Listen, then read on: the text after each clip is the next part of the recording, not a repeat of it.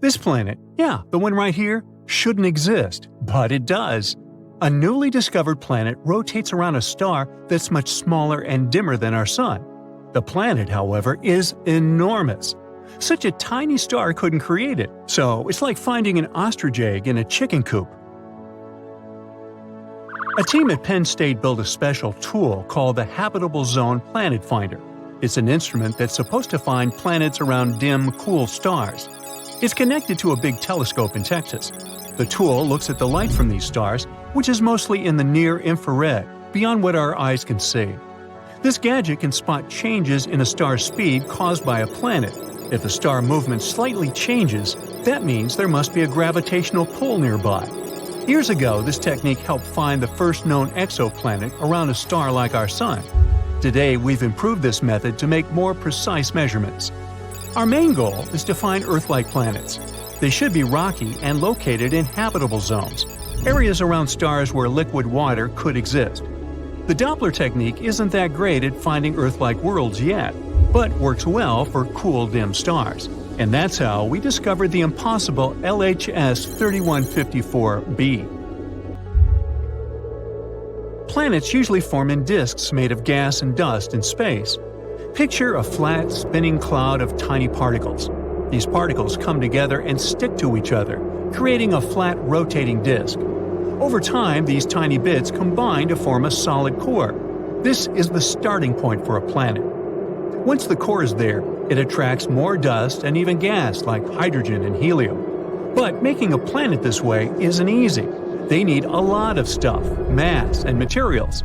This process is called core accretion. Stars are a huge help in that process. Usually, big stars have more gravity, so they can gather more stuff to form planets. But the star we discovered recently isn't very big. It's 9 times smaller than our Sun. A star this small shouldn't have a big enough disk to make a heavy planet.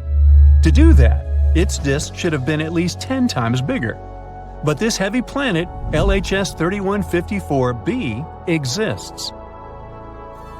Now, this mysterious planet is 13 times heavier than our Earth. It's similar in size to Neptune. It's about 50 light-years away from us in the Hercules constellation, which, in space terms, is very close. The planet is also super close to its star, completing 1 year in almost 4 days. This discovery is making scientists rethink their ideas about how planets and stars come into existence. There are new theories coming around. For example, a theory called gravitational instability. It says that, instead of the pieces coming together bit by bit, the material in the disk collapses all at once, directly creating a planet. But even with this theory, it's hard to explain how such a heavy planet could form without a really massive disk. It'll take us some time to figure out the truth. This isn't the first planet that makes us doubt our theories. Recently, scientists found another planet called Hala. This planet is orbiting a star called Baekdu, and just like the previous one, it shouldn't really exist. It's way too close to its star. Stars change a lot during their lives. Normally, when a star becomes big and prepares to leave this world, it's called the red giant stage. A star like that tends to destroy or push away any nearby planets, creating a huge mess. Hala rotates around a red giant, and it should have been swallowed or destroyed by the expanding star a long time ago. But it's still hanging there. Even though Baekdu has already started burning helium and shrunk to a smaller size than expected, Hala isn't bothered in the slightest. Scientists call Hala the Forbidden Planet. Ooh. This discovery challenges what we thought about how planets survive near aging stars. It raises 2 theories. One suggests that Baekdu was once 2 stars, a white dwarf and a red giant. Hala orbited them both, and they merged before the red giant fully expanded. This allowed Hala to survive because the extra helium from the white dwarf prevented the red giant from growing too much. The second theory says that Hala formed from the debris created when the 2 stars merged. In this scenario, Hala would be a very young planet orbiting an elderly star. Astronomers plan to continue studying Hala and look for more planets like that. Another oddball, besides me, is called LTT 9779b. This one scares us too because it's too shiny. The planet reflects 80% of the light from its star. Regular mirrors reflect from 85 to almost 100% of light, which means that this mysterious planet should look like a rough mirror, with aluminum or silver-like reflections. This is another Neptune-sized planet. It's located 268 light-years from us and was discovered by NASA's TESS spacecraft. It completes a full rotation around its star in just 19 hours. It's so close to its star that it's scorching hot, reaching temperatures over 3,600 degrees Fahrenheit. Normally, planets this close lose their atmosphere and turn into bare rocks. But this one breaks the rules again. Now this time, we know the secret of its survival. It's because of the planet's shiny metallic clouds, which are made of glass and titanium salt. These clouds rain titanium onto its hot surface.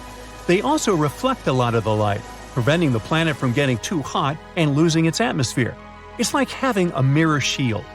This planet's size also surprised scientists. It's way bigger than Earth.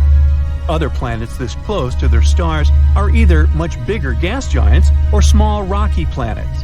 This planet is a smaller gas giant, and scientists didn't expect it to exist so close to its star. This is the shiniest planet ever found, even shinier than Venus.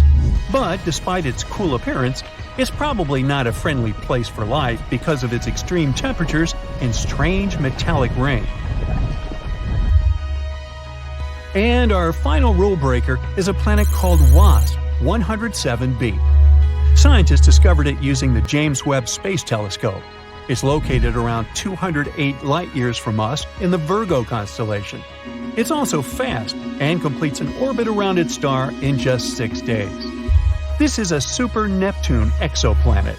It's similar to Jupiter in some ways, including the same size and scorching hot temperatures. But the main difference is that it's much lighter, weaker, and less dense. This is the least dense planet we've discovered so far. After researching some more, we also found that it has a tail. The helium on the planet extends beyond the transit egress. The planet is slowly losing its atmosphere due to extreme ultraviolet radiation from the star. This creates a comet-like tail. So, it looks like a fluffy comet. But that was just the beginning. The planet's low density, or fluffiness, allowed astronomers to study its atmosphere in detail. They found some surprising things, like water vapor and clouds made of fine silicate particles, which are like really fine-grained sand. The planet's host star doesn't emit a lot of high-energy light. But since WASP 107b is so loose, the light can penetrate deep into its atmosphere. This creates sulfur dioxide that smell when you light a match. In other words, it's a fluffy planet that rains sand and smells like matches. The researchers think the sand clouds in the atmosphere form in a similar way to clouds on Earth. They just have droplets of sand instead of water. These sand droplets condense, fall, turn into silicate vapor in hot layers within the planet, and then rise again to form clouds once more. And, once again, this planet couldn't have formed in its current spot. Astronomers say that it likely moved closer to its star from a birth orbit because it was attracted by some heavier neighbor. It also follows a retrograde orbit, meaning it orbits in the opposite direction to its star's rotation.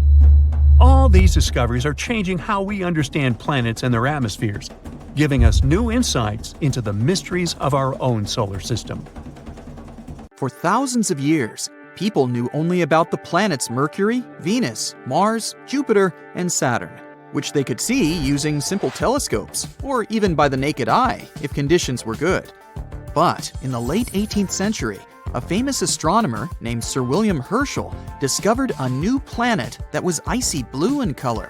At first, people thought it was a star, but later they realized it was a planet. Today, we know it as Uranus, a planet that's more than 19 times farther away from the Sun than Earth.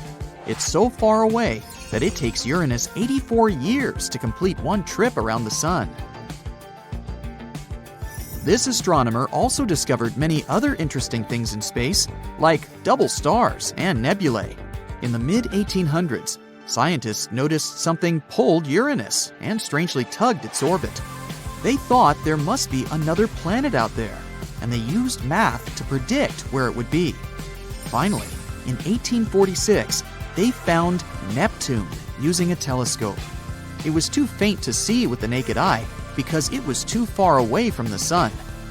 It was all so exciting.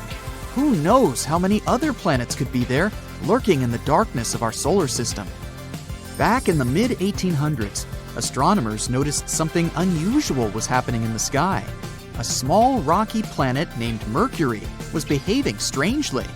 It didn't follow the predictable orbit that was expected of it. One of the astronomers was a brilliant French scientist named Urbain Le Verrier. He came up with a theory that there could be another planet in our solar system no one had yet discovered. It would be located somewhere between Mercury and the Sun. This hypothetical planet, which he named Vulcan after the Roman god of fire, would have an incredibly hot surface, and it could be a potential explanation for Mercury's strange behavior. He never surely claimed Vulcan was really the one thing disturbing the orbit of Mercury. But, excited by the possibility of discovering a new planet, astronomers all over the world took the idea of Vulcan. For a planet that didn't exist, people committed to developing ideas and getting information about it. Some scientists didn't think it was likely that they had missed another planet as big as Mercury.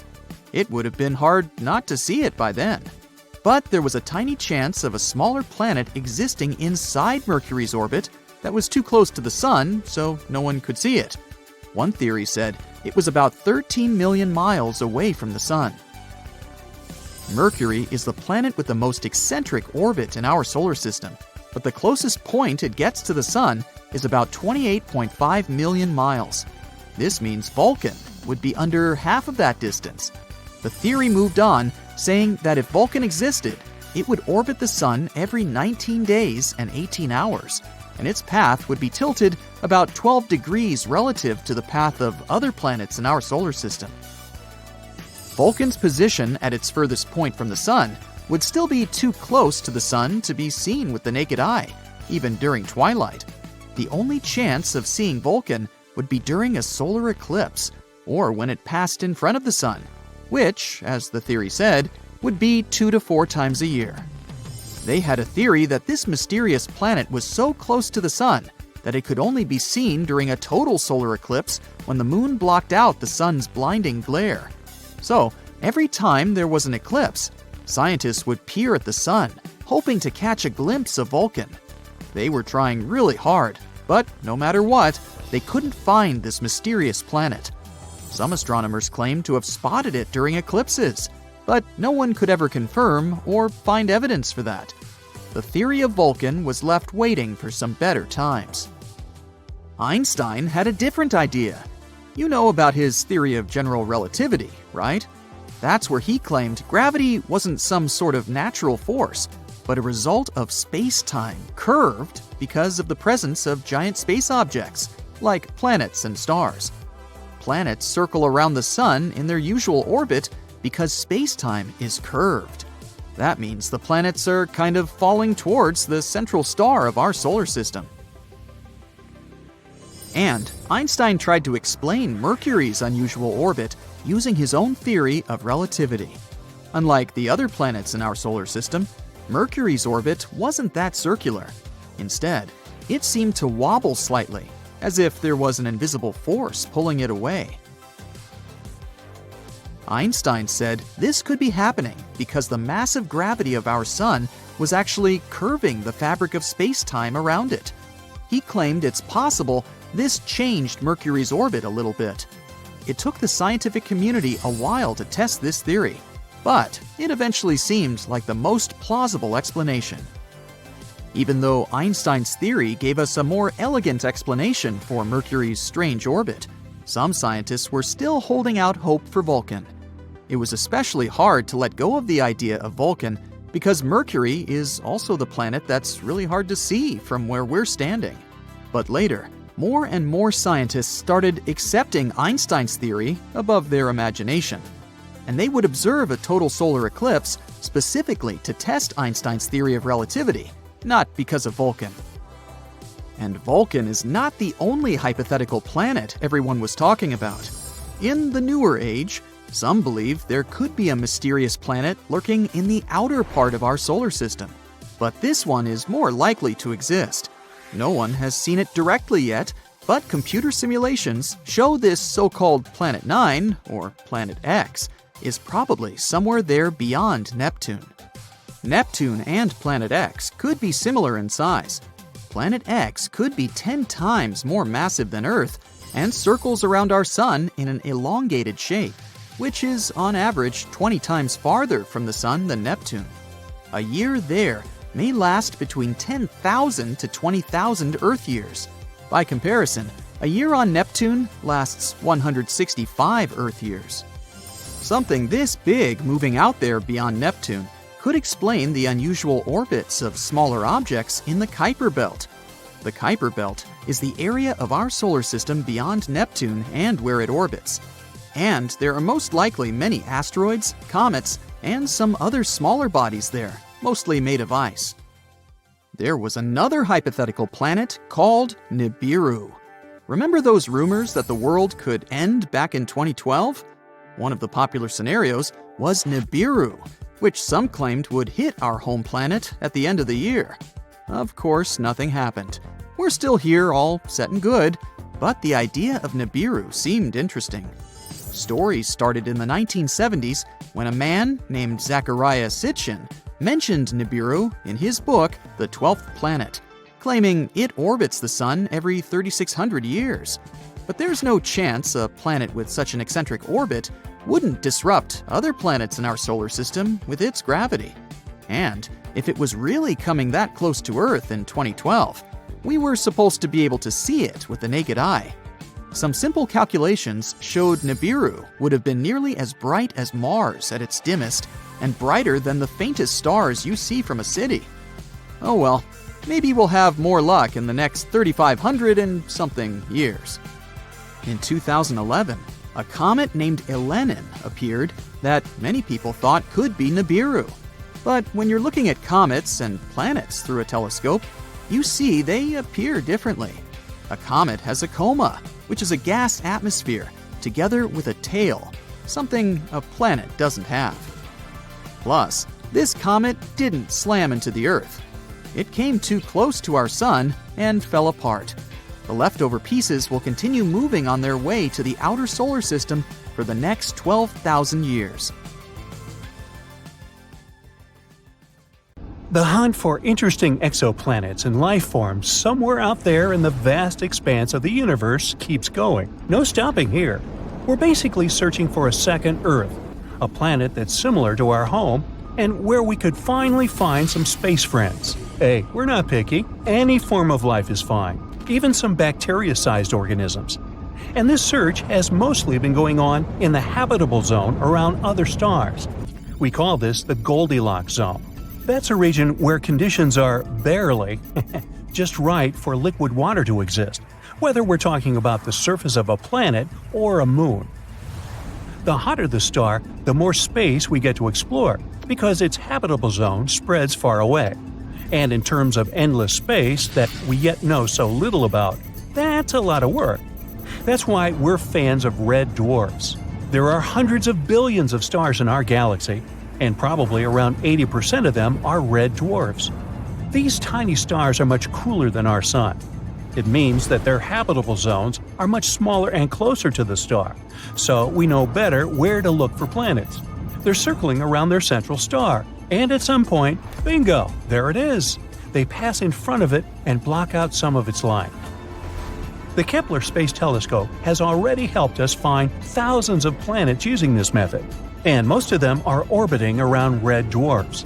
Some of these planets are similar in size to Earth, and many of them could have nearly 25 times more water than our entire planet. Let's move to these planets scientists discovered, though. I want to show you something special. So, you've heard of super-Earths, right? More massive than Earth, lighter than Neptune, can be made of rock, gas, or a mix of both.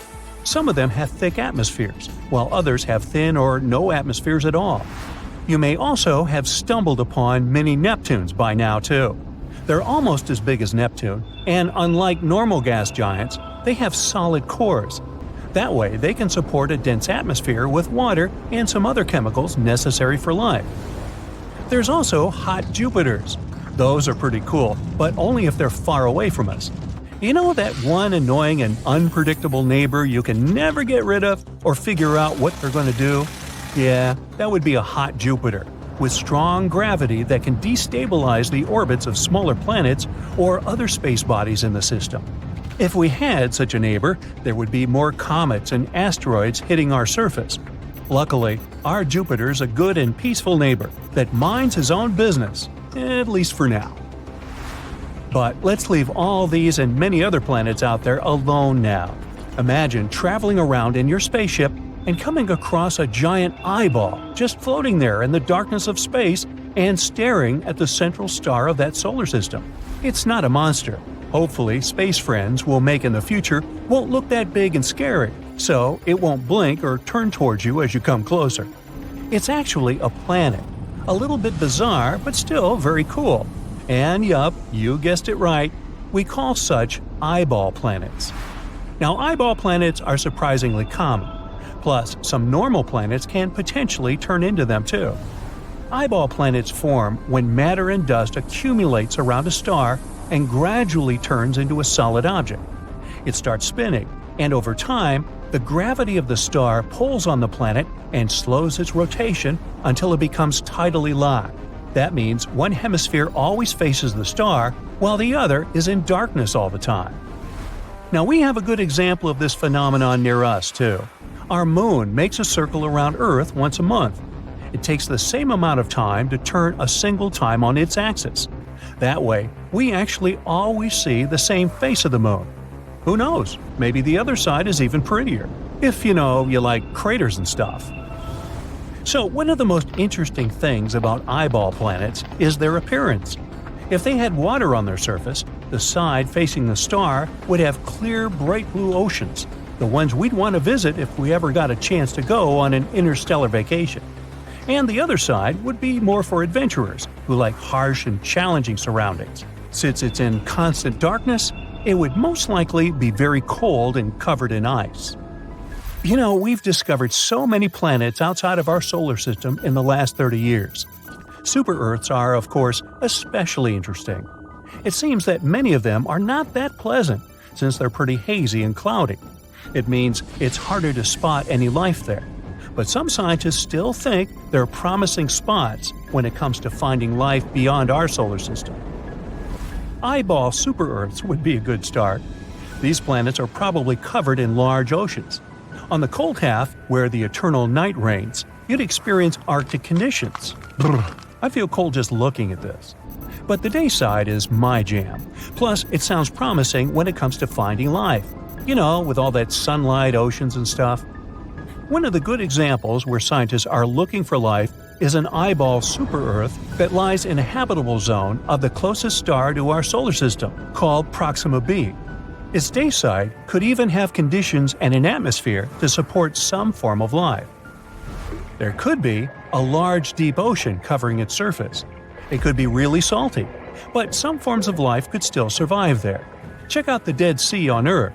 It's extremely salty, but some bacteria have still evolved to live there.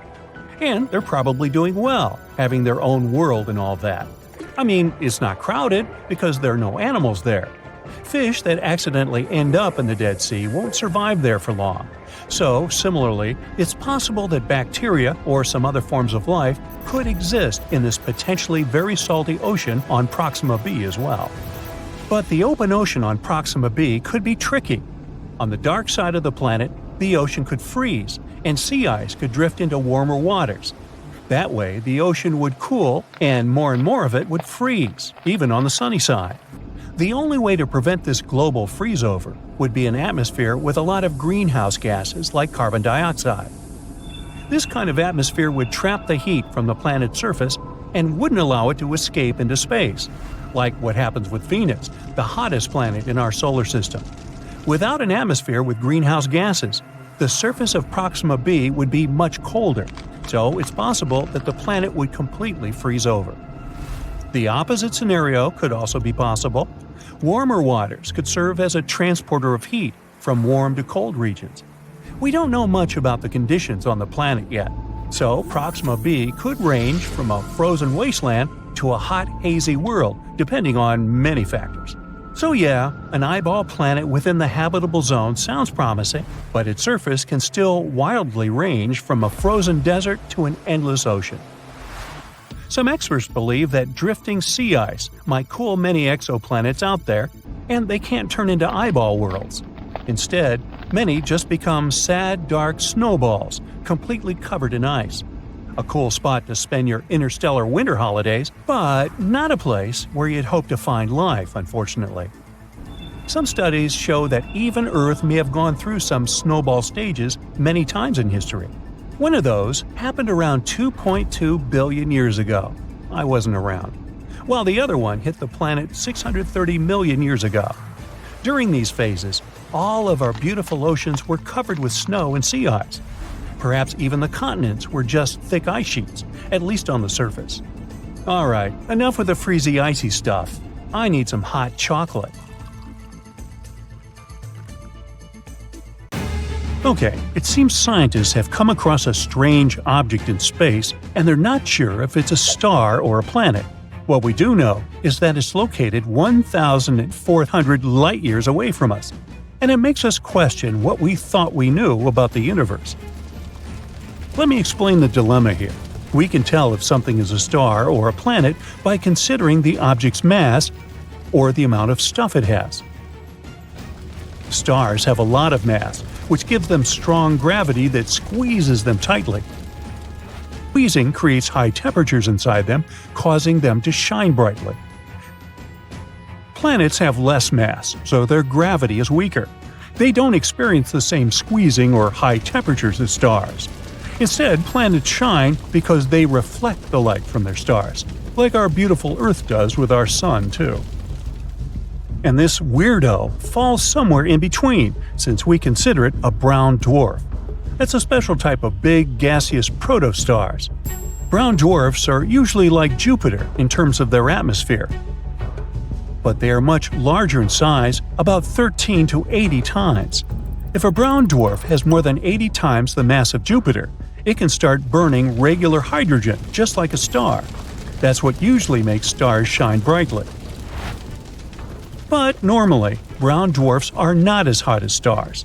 Their inability to burn hydrogen has even earned them the nickname of failed stars. They burn at around 4,000 degrees Fahrenheit, which is cooler than most stars. But this object defies the norm. Its temperature measures an incredible 13,900 degrees Fahrenheit. Now let's put that into perspective. The hottest day in history was reported to happen in Death Valley, California, more than 100 years ago, with a temperature of 134 degrees Fahrenheit. People back then must have felt like they were melting along with everything around them. Now imagine getting closer to the Sun, like taking a trip to Venus. Venus can reach insane temperatures of 860 degrees. It's not only about the distance, though. Mercury is the planet closest to the Sun, but it's still colder than Venus. Venus is extremely hot due to the greenhouse effect. Did you know that Venus could have been a delightful place to live a long time ago? Or at least be home to any form of life. But at some point, it started to trap carbon dioxide and eventually created this thick, smoggy oven that doesn't release heat. And that's why it's so hard to explore. The longest a probe managed to last on Venus was 2 hours. But hey, that's longer than I can do at work, and then I melt. So yeah, then you get to the Sun. Its surface burns at an incredible 9,930 degrees Fahrenheit. And what's fascinating is that this weird brown star we're talking about is hotter than that. I mean, it's not hotter than the Sun's core, whose temperatures go up to 27 million degrees, but it's still very impressive and unusual for a brown dwarf to be this hot. At least that's what everyone thought until they realized why it was happening. The brown dwarf is remarkably close to another star that falls into the category of white dwarfs. They're so close to each other that our mysterious star makes one orbit around its white dwarf friend in just 2.3 hours. Woo! How old we'd be over there! Since they're this close, they're tidally locked like our Moon and Earth. That means one side of this brown dwarf always faces the white dwarf, and the other side is forever in darkness. Because of all this, our brown dwarf is superheated on one side only. So its day side is what got us confused. While the temperature on the night side is what you would expect from a brown dwarf.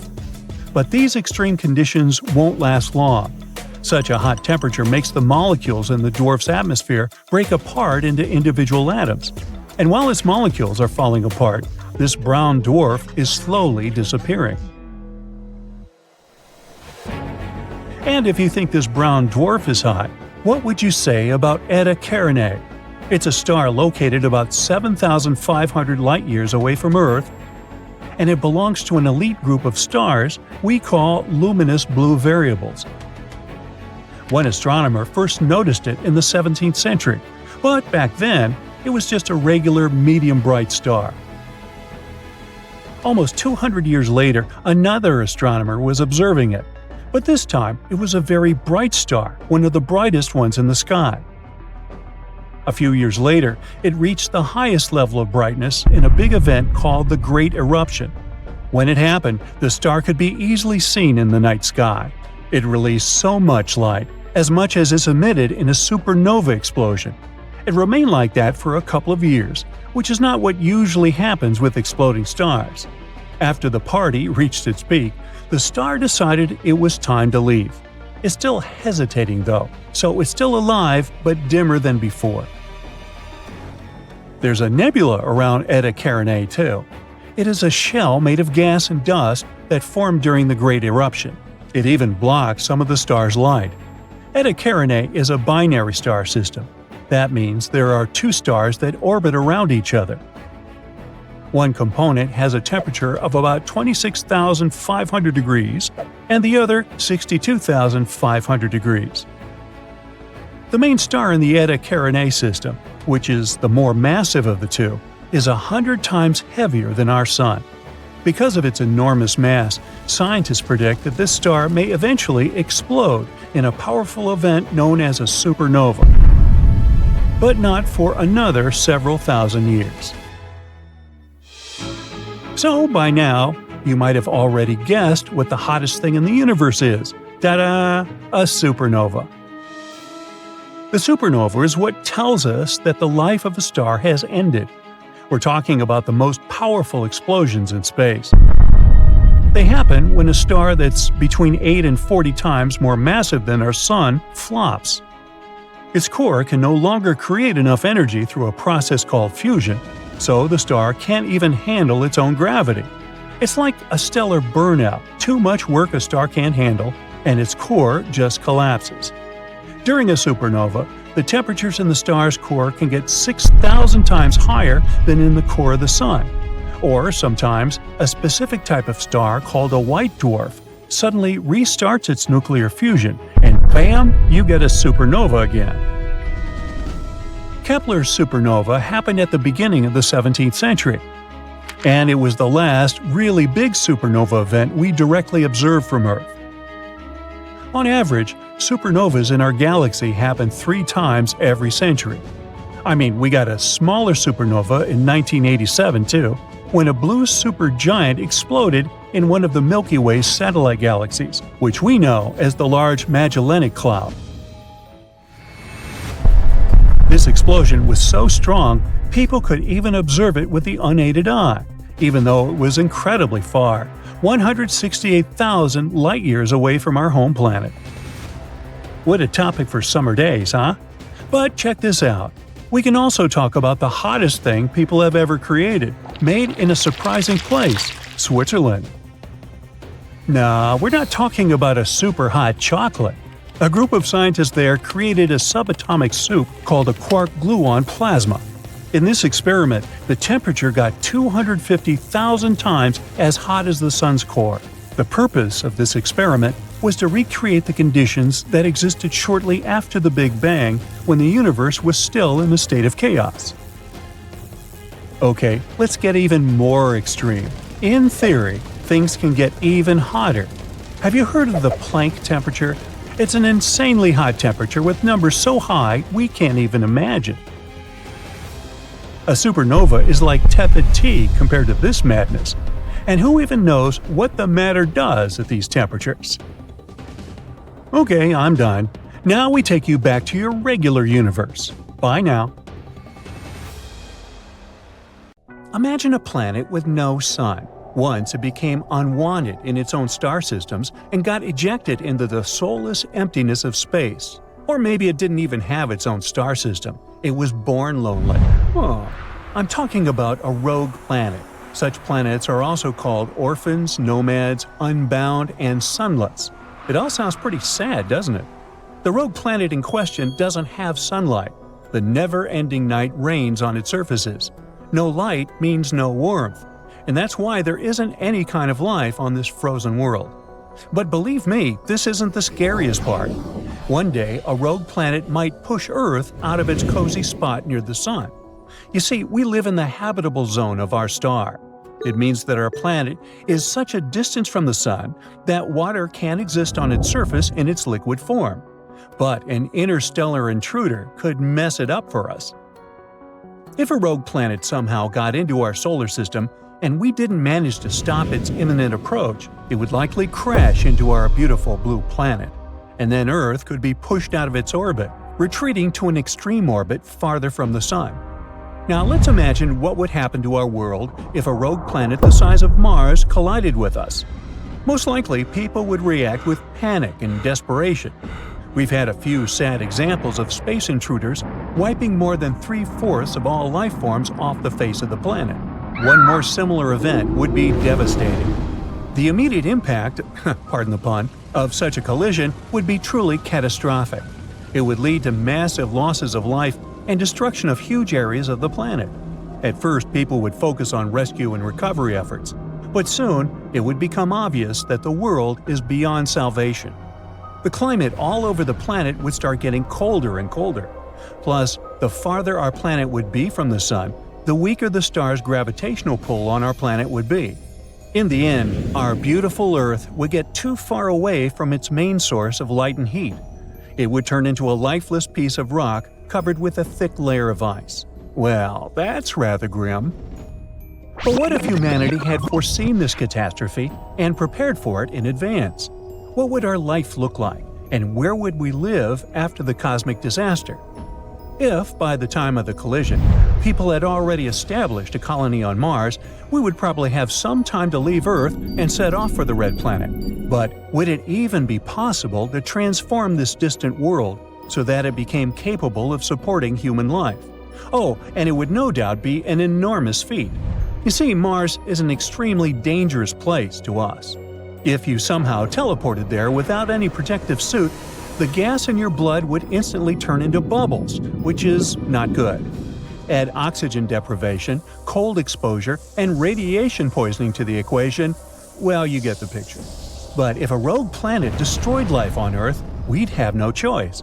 We would need to create a stronger magnetosphere on the Red Planet to shield it from the Sun's ultraviolet radiation.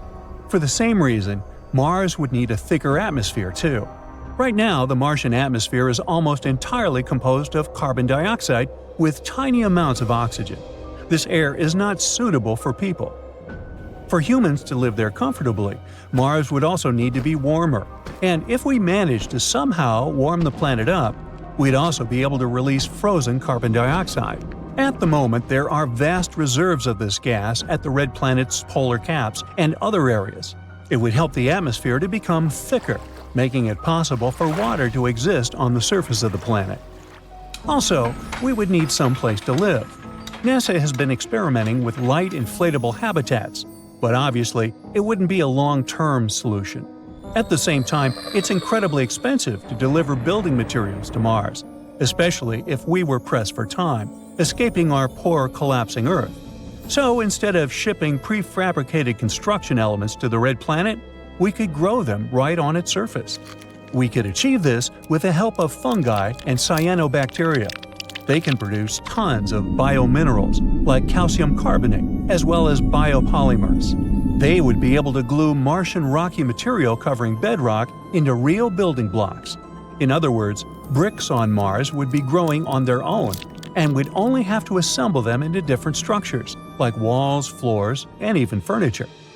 At the same time, such a young colony wouldn't be able to survive for more than a generation without getting more supplies from Earth. But, as you understand, this option would be unavailable.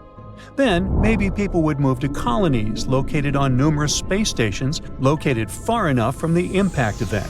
In this case, we would be able to avoid the destruction. But such habitats would have to be large enough to support farming and medical facilities, power-generating factories, educational establishments, and many more. And it would be hard work to support such stations without necessary supplies, when a simple equipment breakdown could turn into an unsolvable problem. But let's imagine that our descendants decided to find Earth several thousand years later and succeeded. As you remember, our planet would have changed its position, hanging out way further from the Sun. Now, hopefully, Earth would have regained its magnetic field after the impact, as well as a little of its original atmosphere. But those who would return to Earth would need water, oxygen, and sufficient atmospheric pressure. And while the new pressure on the planet would probably be suitable for life, most likely there wouldn't be enough oxygen to support unaided breathing. To get a new supply of oxygen, people would need photosynthetic bacteria. Would we find any on the deserted planet? Probably yes. Most, or at least some bacteria would survive, maybe somewhere deep under the surface, maybe in the depths of the oceans, if any remained on the planet. Tardigrades, the most indestructible animals on Earth, might also survive and greet people returning home. These tiny water bears can survive for up to 30 years without food, live in volcanoes, and even endure the vacuum of the cosmos. So these life forms, bacteria and tardigrades, could likely thrive and multiply without any predators to slow this process down. That's good to know, but what would we eat on the newly inhabited planet? Tardigrades are not a diet a person could live on. Well, we could still find some frozen seeds remaining on the planet, or we could keep them on our space stations. Earth's soil could be filled with nutrients remaining after the catastrophic events of the past. People would start planting seeds, trying to get used to the harsh conditions of life on the once deserted planet. And still, it would be better than soulless space stations. Luckily, a rogue planet is unlikely, not only to hit Earth, but even to come close to our planet. The appearances of such space travelers are extremely rare, and with how fast our technologies are developing these days, astronomers would spot such a large celestial object appearing in the neighborhood or even in the entire solar system. It would happen long before a rogue planet turned into a threat to our planet. If it got too close to us, we would use one of the methods developed to prevent asteroids from hitting the surface of the planet. There are quite a few. For example, a kinetic impactor. This technique requires hitting an asteroid to make it change its orbit until it's no longer a threat to our planet. Or we could use a gravity tractor asteroid deflection method. That's when a robotic probe meets a space rock, or in our case, a rogue planet, and accompanies it for a few months or even years. Over time, the spaceship's gravity starts affecting the space body, adjusting its trajectory. There's even spray painting celestial objects. I'm not kidding. Darker surfaces tend to reflect less light, while lighter reflect more. Toying with these features, we can make a rogue planet change its course. If we found enough paint to cover an entire planet, that is. Very recently, astronomers have found 3 potential super-Earth planets orbiting a somewhat close orange dwarf star. The term super-Earth is used to describe a planet beyond the solar system with a mass higher than that of Earth but below those of the ice giants of the solar system, Uranus and Neptune. An international team of researchers, led by Dr. Shweta Dalal from the University of Exeter, found that the exoplanets were orbiting star HD 48498, which is located around 55 light-years away from Earth.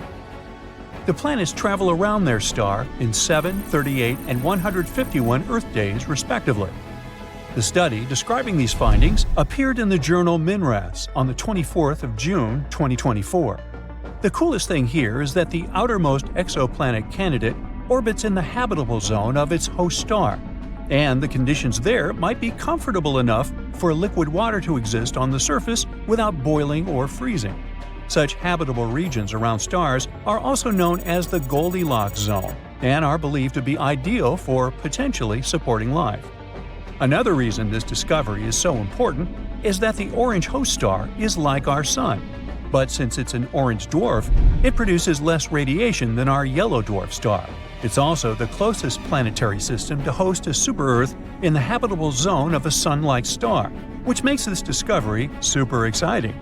It can help us move forward in our quest to locate habitable planets around solar-type stars. Who knows? Maybe this planet will be our new home one day. These potential super-Earths were detected thanks to the HARPS and Rocky Planet Search Program.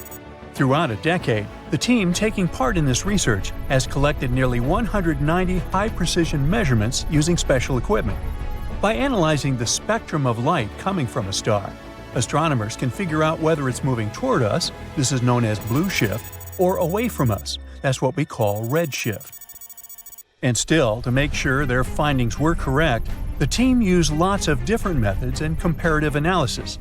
Everything confirmed their conclusions. There indeed are 3 planetary candidates with minimum masses ranging from 5 to 11 times the mass of our home planet. The team also believes that the proximity of the star, together with the outermost planet's favorable orbit, can make this system a great target for future studies. Hopefully, further research will open doors for our understanding of planetary systems and the potential of life outside our solar system. Scientists have already discovered more than 5,000 exoplanets, which are planets outside the solar system, since the first such world was confirmed orbiting a Sun-like star in 1995. To find those distant planets, astronomers use different equipment, like NASA's Kepler Space Telescope, launched in 2009. Its mission was to find as many Earth-like planets dwelling in the Milky Way galaxy as possible. But it's not the only instrument used for searching exoplanets. Anyway, now let's look at the most exciting and promising of these worlds. Gliese 667 cc is a mere 22 light-years from Earth. But even though it seems close, it's still around 129 trillion miles away from us. The planet itself is around 3.8 times as massive as Earth and completes one orbit around its host star within 28 days. In other words, a year on that Earth-like planet is 13 times shorter than a year on our planet. Luckily, the star is a cool red dwarf, so the exoplanet most likely lies in its habitable zone. But there's still a chance that this world might be regularly baked by the flares coming from its parent star, which is not cool on many different levels. Kepler 22b is way further away than the previous world, more than 600 light-years away from our planet. It was the very first Kepler planet found in the habitable zone of its star. This world is larger than Earth, it's about 2.4 times our planet size. Sadly, we still don't know whether this planet is rocky, liquid, or gaseous. The orbit of Kepler 22b is similar to Earth's. It takes the planet 290 days to orbit its G-class star, which is kind of like our Sun. But this star is smaller and colder than ours. Another Kepler planet, this time it's Kepler 69c. It lies a whopping 2,700 light-years away from us. This world is also almost 70% larger than Earth. Researchers know nothing about its composition, but they found out that the planet needs 240 days to complete one orbit. This makes its position in its system like that of Venus in our solar system.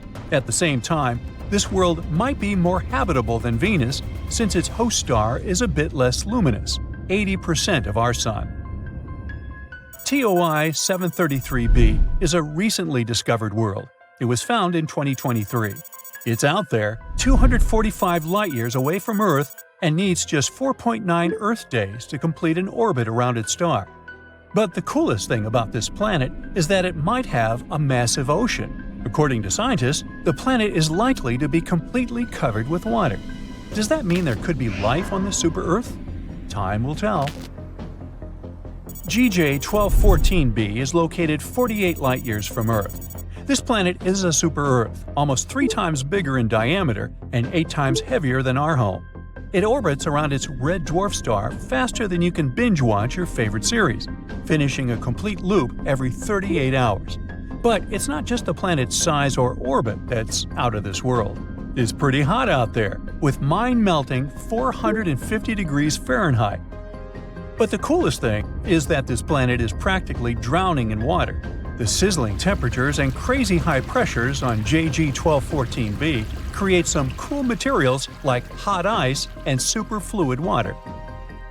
Superfluidity is something that happens in liquid helium when it's almost as cold as it can get. On Earth, water totally missed the memo about being superfluid because it needs ridiculously low temperatures and off-the-chart pressures to pull off that trick. Still, there's not much use in superfluid water. Even if you try it, you'll just get dehydrated. The super-Earth that's closest to us was discovered in 2016, and it's called Proxima Centauri b. It's located a mere 4 light-years away from Earth and has a mass remarkably similar to that of our planet. A year on Proxima Centauri b is short. It only takes the planet 11.2 days to complete a circle around its central star. Scientists discovered this world after they noticed that its parent star was slightly wobbling. They hadn't been sure what exactly had been happening there until they realized Proxima Centauri b's gravity probably produced pulls and tugs that caused these wobbles. Although the exoplanet is traveling in the habitable zone of its star, Proxima Centauri, it is exposed to extreme ultraviolet radiation, all because it lies very close to its parent star. Also, none of the telescopes that are currently working and exploring exoplanets are positioned well enough to capture the light from the atmosphere of this super-Earth. Most things there are still a mystery to us, even though we're talking about a planet that's really close. Super-Earth TOI 715b orbits a red dwarf, a star smaller and cooler than our Sun. At the moment, such stars remain prime candidates for finding habitable planets orbiting them. Those miniature rocky worlds have far closer orbits than those circling around stars like our Sun. But since red dwarfs are small and cool, the planets don't risk anything when crowding closer. They're still safely within a star's habitable zone. Experts say that TOI 715b might have once had an atmosphere thicker than that of Neptune, and now the planet could be in a transition state where it's losing its atmosphere. To confirm this suspicion, scientists need to do more research, and they might finally learn whether this planet is a watery terrestrial planet. Right now, 4 tiny, Earth-like planets are chilling around one of the closest star systems to us. We're talking second closest. These little rocky worlds are each about 20 to 30% the mass of Earth. So not quite Earth 2.0, but still pretty solid. Will one of them become our new home one day? Well, all of them are pretty close, so future humans might actually visit them someday. Not like next year or anything, but we could potentially send missions there. Don't expect any extraterrestrial neighbors, though. Those planets probably aren't home to life, or at least not anything we'd recognize. Let's take a look at them. The planets are called Bernard B, C, D, and E. How creative, huh? The innermost has a mass of 26% of Earth. The second one is a bit bigger, with a mass of 30% of Earth. The third one has 4% more mass than the previous. And the outermost is… no, it's not the biggest. Actually, it's just a baby, with a mass of 19% of Earth. All the planets are likely rocky, like the inner planets of our solar system. They orbit their star very closely. That's why they only need a few days, under a week, to make a full circle. Now, what about that star these little guys are circling? It's called Bernard star. Astronomers have always had a hunch there might be at least one planet orbiting it. First off, this star is super close, in cosmic terms of course. Only the Alpha Centauri trio is closer to us. Bernard star is just under 6 light-years away, which is basically next door. At the same time, it's not like our Sun. Bernard star is a red dwarf, the most common kind of star out there. It's got only about 1/6 the mass of the Sun. But red dwarfs are a goldmine for learning about planets outside our solar system. And studying Bernard star can help scientists figure out what planets around single stars, like our Sun or this red dwarf, are like. Or what kind of environments red dwarf planets might have. And most importantly, we might finally find the answer to this super important question. Could any of these places actually support life? For the longest time, scientists thought there might be a big Jupiter-like gas giant hanging out near Barnard's star. All because the star has a little wobble. It looks as if it shifts towards and away from Earth over time, so something might be tugging on it. Interestingly, it wasn't a giant planet doing the pulling. According to a study from March 2025, it's actually 4 smaller rocky planets, each about 4 times the mass of Mercury. One day, they ganged up and started tugging on the star together.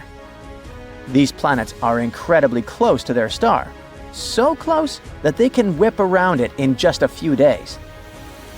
Sadly, because of that, they might be way too hot for anything like life. Besides, since these 4 seem to explain all the star's movement, the researchers think there's probably nothing else orbiting the habitable zone. So, there's no Earth 2.0 orbiting around Barnard's star. Still, it's an awesome find, especially since this star is basically our cosmic neighbor. Plus, the system might not stay off limits forever. With nuclear fusion engines or light sails, futuristic propulsion systems that could make the trip way faster. We might probably go there one day. And then we'll finally figure out if these worlds are really lifeless and maybe even colonize them. Now, let's see how scientists found the star's hidden planets. Normally, astronomers spot exoplanets when they catch them crossing in front of their stars and blocking some light. But Barnard's star is tricky because, in our view, it's like we're looking from above the system, so its planets don't block the light in the usual way. That's why they call it the Great White Whale of planet hunting. To get around this, researchers used a super sensitive instrument called Maroon X attached to the Gemini North telescope on Hawaii's Mauna Kea volcano. Over 112 nights, spread out across 3 years, the telescope picked up tiny changes in the star's movement. These shifts let scientists figure out how many planets must be tugging on the star, as well as estimate their sizes. At first, they found 3 planets. But then they used another device, deliciously called Espresso, and located at the Very Large Telescope in Chile. And only after a shot of this espresso did they find a 4th planet. By combining the data from both instruments, they were able to more or less confidently say their findings were solid, not just random glitches in the data. Even though red dwarfs, like Barnard's star, are the most common type of star in the universe, most are way too far for us to see planets around them easily. These new findings suggest that small rocky planets could be pretty common around these stars, and that's huge for future discoveries. Now, finding new exoplanets is cool and all, but it might be even more exciting to dwell on their birth and evolution. And a recent study has made the sweetest discovery ever. Newly born exoplanets might actually look like Smarties, that popular British candy, rather than spheres. We've always kinda assumed that baby planets are born ball-shaped, but they might be oblate spheroids instead. A team of scientists from the University of Central Lancashire in England used computer simulations to build a model of the formation of planets in dense gas disks surrounding young stars. After that, they compared these models with actual observations and noticed that the young planets took pretty unusual shapes. The thing is that even though almost 6,000 exoplanets have been discovered so far, astronomers still don't have a clear understanding of the sequence of events marking their birth and early evolution. But this new research might finally shed light on this process. So, the astronomers examined the formation mechanisms of gas giant planets like Jupiter and came to the conclusion that planets built up from their centers. After that, the researchers focused on the initial shapes of such planets. They were also interested in how they could encourage the growth of these planetary seeds. How could they turn into such massive planets, some of them bigger than our solar system's largest giants? According to the standard theory of the formation of planets, such growth happens gradually and smoothly. First, dust particles start to stick together, turning into larger and larger objects. This process lasts for a very long time and is known as core accretion. It's the model of planet formation scientists favor.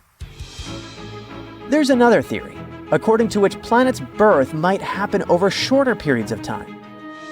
This data involves a protoplanetary disk, a disk of gas which makes up 99% of its mass, and dust, around 1%. This disk orbits a newly formed star, and hypothetically, planets might form from this cloud. Protoplanetary disks are likely to be common byproducts of star formation. They might range in mass from 0.001 to 0.3 solar masses. Inside such disks, matter slowly moves inward, and dust particles grow bigger, to the size of pebbles. At one point, after 2 to 3 million years, a giant rotating protoplanetary disk breaks into pieces, and that's how baby planets are born. This theory is known as the disk instability model. As for the model built by the team, it seems to support this second, less favored theory, rapid planet formation through disk instability. All because this theory explains how large planets can form relatively quickly at pretty large distances from their host stars. As for the weird flattened shape of these newly formed planets, it might be due to the material falling onto them. Most likely, it goes mainly to the poles of new planets. One of the main conclusions of the research is that the appearance of young exoplanets, as we see them from Earth, may vary depending on how they're angled. If Earth is directed face-on to an exoplanet, it will seem that the latter has a traditional spherical shape. But if seen on edge, a baby exoplanet will look like a real smarty. The team is going to continue to investigate the formation of planets with the help of an improved computer model. They believe they can find out the role the environment around a young planet plays in affecting its shape and formation.